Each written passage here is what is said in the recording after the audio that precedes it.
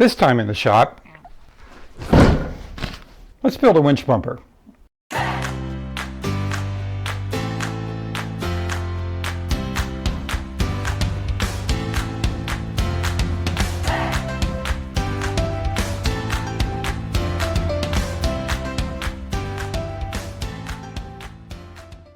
This, of course, is a Harbor Freight winch, and it's their lowest level, cheapest automotive winch that they sell. They have two winches that are higher in capacity and bigger and actually nicer, but they're also heavier. And since my 4x4 is kind of small, I chose to get this winch. I also kind of like this. This has kind of a vintage vibe to it, and I think that'll fit the character of this Bronco a little better. So we're going to run with this one.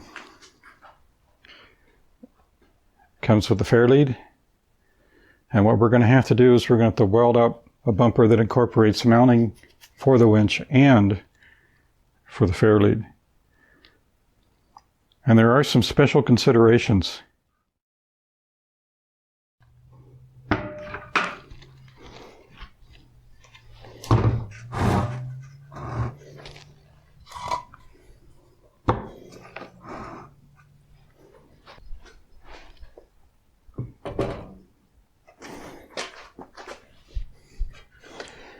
So my two concerns or design criteria is that I want to keep the winch tucked towards the front of the vehicle as much as possible. And the reason I want to do that is to maintain the approach angle of the vehicle. So if I bring this further out, it's going to decrease approach angle and make it more difficult to climb obstacles. So by keeping it tucked in as far as I can, I should minimize that. The other thing that I want to do is I want to mount it in a way that is not easy to unmount and walk away with. So I want it to be captive, if I can make it captive so that it would be a long endeavor to take all the bolts out of it and get it out. I will feel more comfortable leaving it parked in parking lots and places where something like that might happen. So what I'm going to do is I'm going to have to cut my bumper.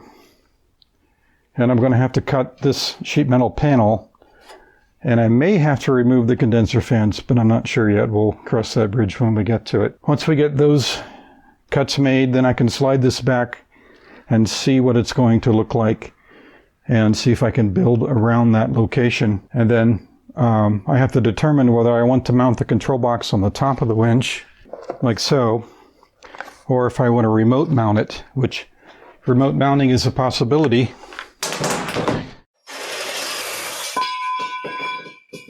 So you can see these frame rails are actually pretty flimsy. You definitely need something connecting the two. Ordinarily, that would be the bumper. But the bumper is now gone. So once I attach the winch, I'm going to have two pieces of plate steel and then some rectangular tubing going between these two frame rails. And that will stiffen everything up just like the front bumper would.